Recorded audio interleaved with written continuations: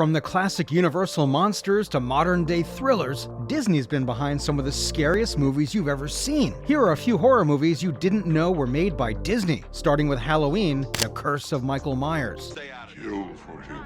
Please don't.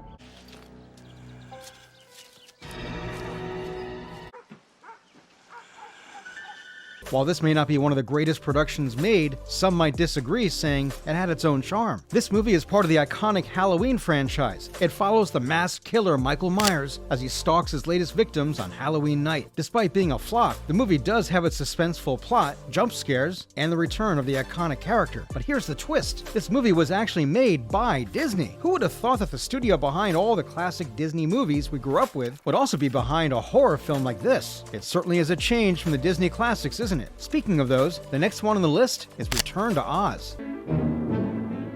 This summer, Walt Disney Pictures presents a motion picture fantasy adventure beyond your fondest imagination. This movie is often overlooked as a Disney film, but it's actually a sequel to the 1939 classic The Wizard of Oz. While that's a beloved musical fantasy, Return to Oz takes a darker turn, and definitely not for the fan of heart. The movie features frightening and eerie imagery like the Wheelers, the Gump, and the Gnome King, making it a cult classic for horror fans. Trust me, even I didn't think it was a Disney production. There are many scary things Dorothy and her talking chicken run into in Oz, including a headless witch in charge of a hallway full of severed heads that are all alive and looking around. There's also a weird monster with a pumpkin head named Jack. Now this next one might be a little bit on the darker side. Scream is one of the best slasher horror movies of the 1990s made by Disney, or at least by a company that Disney owned at the time.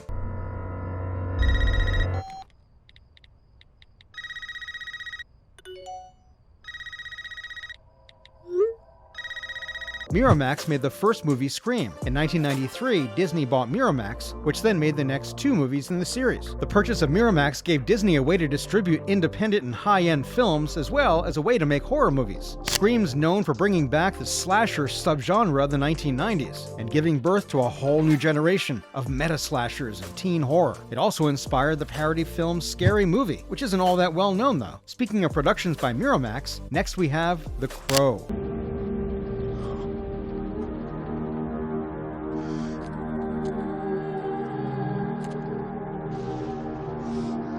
Dimension Films made the famous Brandon Lee movie The Crow, and Miramax put it out. The movie is about a dead musician who comes back to life to get revenge for his own death and the death of the woman he loved. Many people remember The Crow because of the early tragedy that led to the death of its star, Brandon Lee. I clearly remember the film because of how iconic it was. Definitely not something to easily forget. For many people, The Crow was their first time seeing the look and style of goth culture. Moving on, we have a Tarantino-Disney mix called From Dusk Till Dawn. He's used my toilet 1,000 times. If I told him no, he'd know something was up. I want him out of here in his car and down the road, or you can change the name of this place to Benny's World of Blood.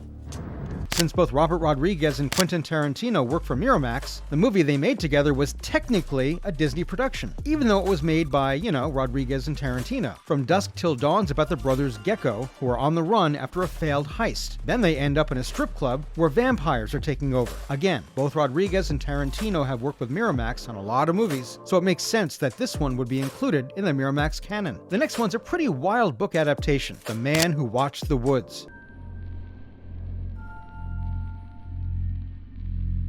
When I was younger, you'd hear about the girl who walked into the woods one night and never walked out. Based on a book by Florence Engel Randall, it's one of the most interesting examples of this trend of Disney making scary movies. It's important because it's one of the few scary movies that Disney actually directed, produced, and sold. The movie's about a teen girl who gets caught up in a mystery about a missing girl in the woods near their new home in the English countryside. Disney tried to make this movie a really scary supernatural mystery, but there were a lot of problems on the set. The ending of the movie was changed many times. That means that over 100 different endings could have been made during production. It became a sort of a cult classic horror movie, and kids of all ages remember how scary it was when they were young. Speaking of scary, this next one is for all you slasher fans out there. Stay Alive is one of the few other horror movies that Disney directly made that was also heavily influenced by movies like Scream. Sweet Sebastian Bach, I want to play. Miller, you signed in yet? I'm here. All right, let's boot it up. Let's boot it up. Stay Alive is one of the few other horror movies that Disney directly made that was also heavily influenced by movies like Scream. Miller, you signed in yet? I'm here. All right, let's boot it up. The name of this game is Stay Alive. We don't know much else. And I Know What You Did Last Summer. It's a slasher movie that looks and feels like it was made in the early 2000s. The plot is about a group of teenagers who play an online horror game and find out that if you die in the game, you die in real life. It also supports the very conservative idea that video games make people act violently. Stay Alive is a strange holdover from the early 2000s. It's even stranger that Disney helped make it and release it. Here's another movie by Miramax and Disney, Mimic. It was one of Guillermo del Toro's first English-language movies. Come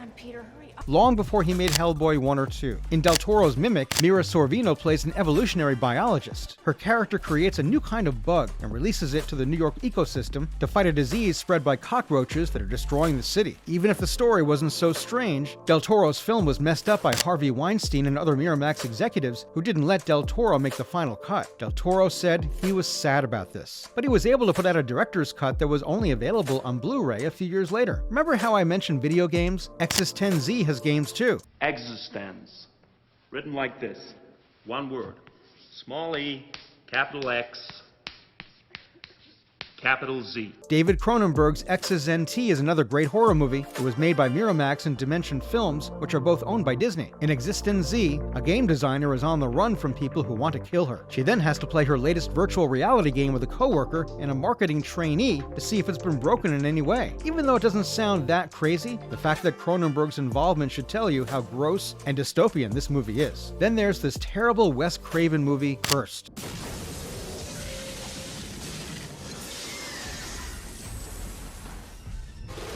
Since the other night, things are happening. Things I can't explain. It's mentioned as one of his worst works, a bad script that was messed up by studio notes and Harvey Weinstein's interference. The movie didn't even come close to reaching the potential that Craven saw in it. Christina Ricci and Jesse Eisenberg play a brother and sister attacked by a loose werewolf in Los Angeles, who start to experience strange things. Even though Craven and co-writer Kevin Williamson called the movie a horror comedy, it didn't do either of those things well.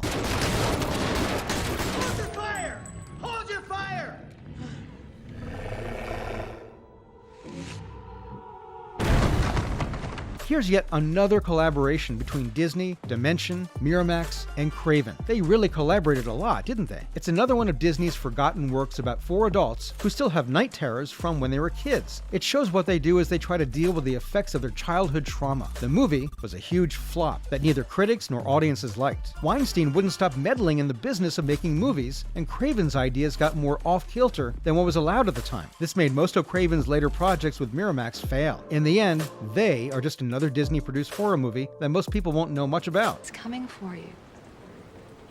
Except maybe me if you don't go to sleep. Okay? Hey, check first. Well, that's it for the unexpected horror movies by Disney. We'll see you in the next one.